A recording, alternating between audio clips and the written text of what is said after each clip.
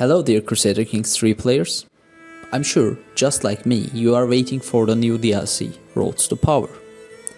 With this DLC, I believe we will have many interesting characters to play with, but before it comes, I feel like I have drained all the interesting content that I could provide you. Contrary to Crusader Kings 2, there are only 2 different starting dates in the third game, and this unfortunately creates a shortage of interesting characters. That is why I wanted to take you to a journey in which we will be exploring by far the best fantasy universe for me, the Middle-earth. I do not know if you knew it before, but the modding community of Crusader Kings 3 are creating an incredible work while adapting the epic fictional universes like Middle-earth or Westeros.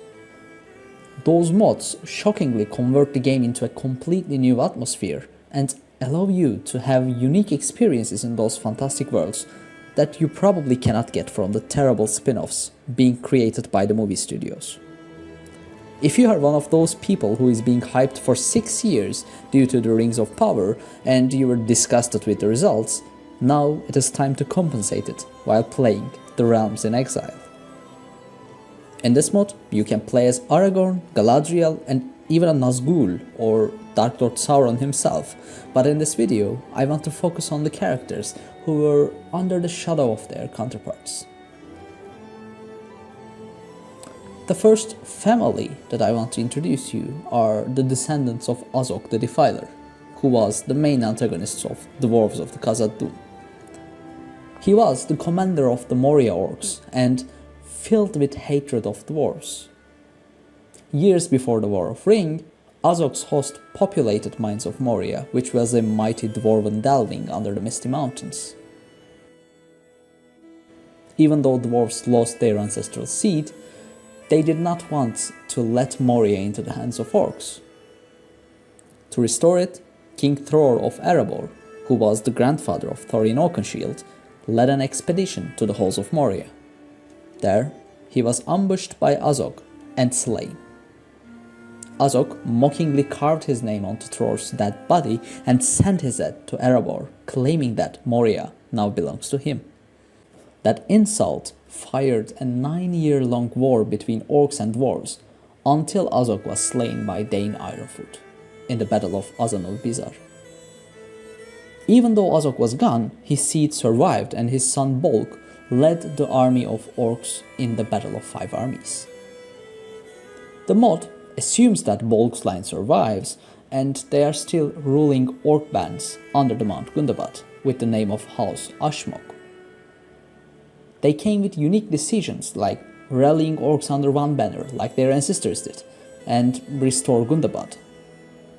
Playable characters in this house are Warchief Gorgol and Gorgar, who can be found in Mount Gundabad, and Mazok, who leads an expedition in Moria. Before we continue with the other characters, could you please consider subscribing to my channel? I'm creating content about strategy games such as RimWorld or Crusader Kings, and you can find many more as a subscriber. Also, the channel is very close to reach 1000 subscribers, which will definitely motivate me to create better and more.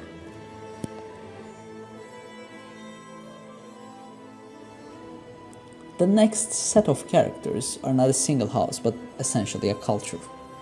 People who are interested in Tolkien's work most probably knows the name Dunedain. However, there is also another culture of humans who live an isolated life in the forests, called Druedain. Those wild men of woods resembles dwarves in many aspects. They are short-statured humans with wide legs and arms and usually described as ugly creatures by other humans or elves. They are mostly a mystery. Tolkien describes them in Silmarillion and Return of the King as another breed of human like hobbits, and they are known by helping Rohirrim before the Battle of Padanur Fields. There are 3 characters playable in this culture. 2 of them are under the Blue Mountains and one of them is waiting inside the Gondor's borders. There are 3 characters playable in this culture Two of them are under Blue Mountains and one of them is waiting inside the Gondor's borders. Because it is isolated from everything, the only really playable characters are near the Blue Mountains, and they can be a very different starting point if you are pursuing a tribal playthrough in Middle-earth. You can conquer the cities of your neighbors and form a large, strange, isolated group of people. In fact, he is one of the first people who comes to your mind when the Lord of the Rings is mentioned, the Witch King of Angmar. The reason why I wanted to add Witch King is he's not added as an interesting character to play in the main character selection page.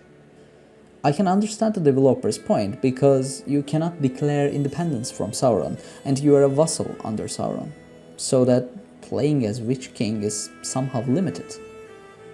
However, the developers added mechanics like magic which can only be controlled by certain folks like Maiar or Nazgul. Therefore, playing as Witch King, even though it is not the best Nazgul to play in game, would make an exceptional playthrough.